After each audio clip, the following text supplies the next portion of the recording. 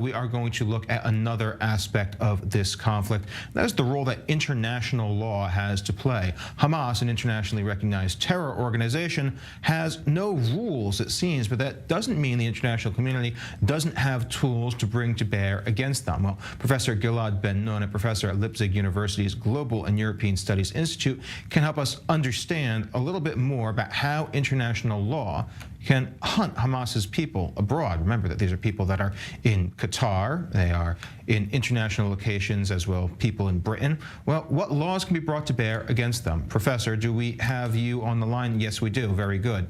Professor, that's the question. Where does international law come into this conflict? How can it be used to hunt terrorists abroad? Well, the point is that Hamas has been represented at the European Court of Justice in Luxembourg at least 10 times since 2010. They petitioned against their own inclusion in the terror list.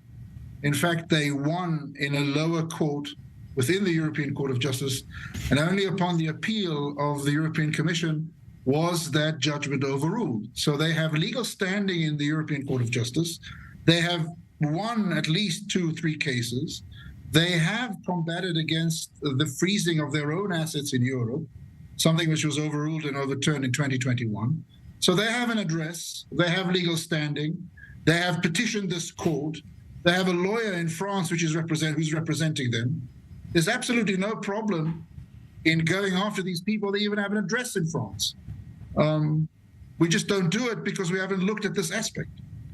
Well, I mean, they're standing, as you described. There is somebody to serve the papers, but ultimately the terrorists themselves are in the war zone that's beyond the reach of, say, Interpol and the like.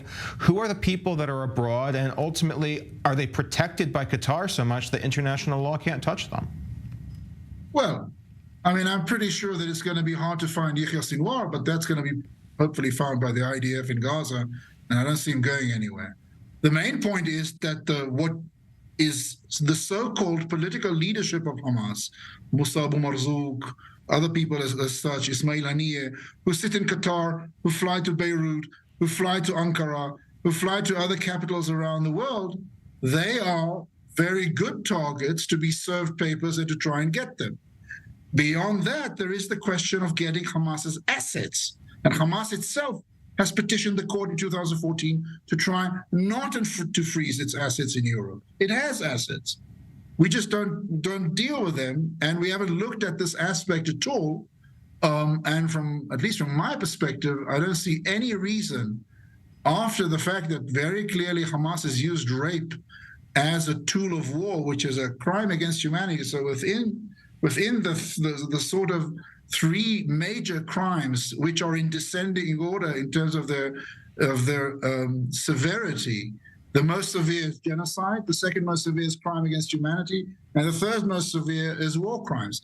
They are at the second already, with the mass rape campaign, which, as we find out today, was premeditatively planned. So it was not some accident that happened on the 7th of October. People were told to do it, and they were given plans to do it.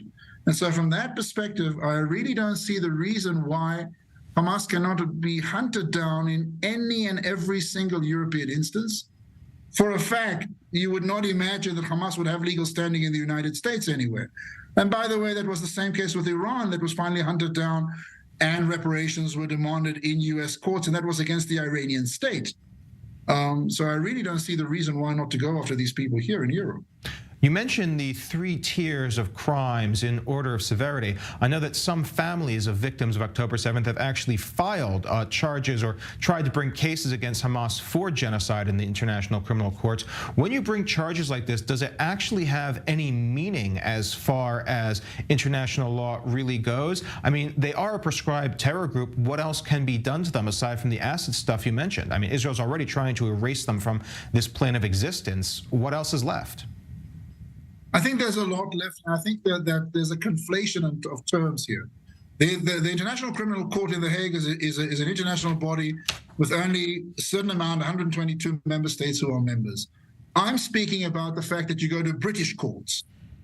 and that you sue Hamas people, including Hamas representatives who are sitting in Britain. I'm speaking about going to French courts, and I'm speaking about going to the European Court of Justice of the European Union, which is not the International Court of Justice in The Hague, but it sits in Luxembourg, in fact, to bring Hamas to the point where they can no longer operate within European soil would be a very serious harm to this organization. And at the later stage, if you can go through the European courts, you have the measure of extraditing measures once these people get on an airplane to any country which does have extradition agreements with European countries. That was, for example, the case of Augusto Pinochet at the time. The extradition was asked for in Spain, although he was apprehended in Britain. And so there is no reason why eventually one day when one of these people gets on an airplane to Moscow or gets on an airplane to some other Latin American country that he finds himself under an extradition request. Well, Professor Ben-Nun, I thank you for the analysis and an interesting angle of using these courts, using the system of laws in place to break their funding and reduce their freedom of movement. It does seem like it's an easy one to actually do, but it needs the political will to do it. Thank you for your analysis. Have a good evening. Thank you.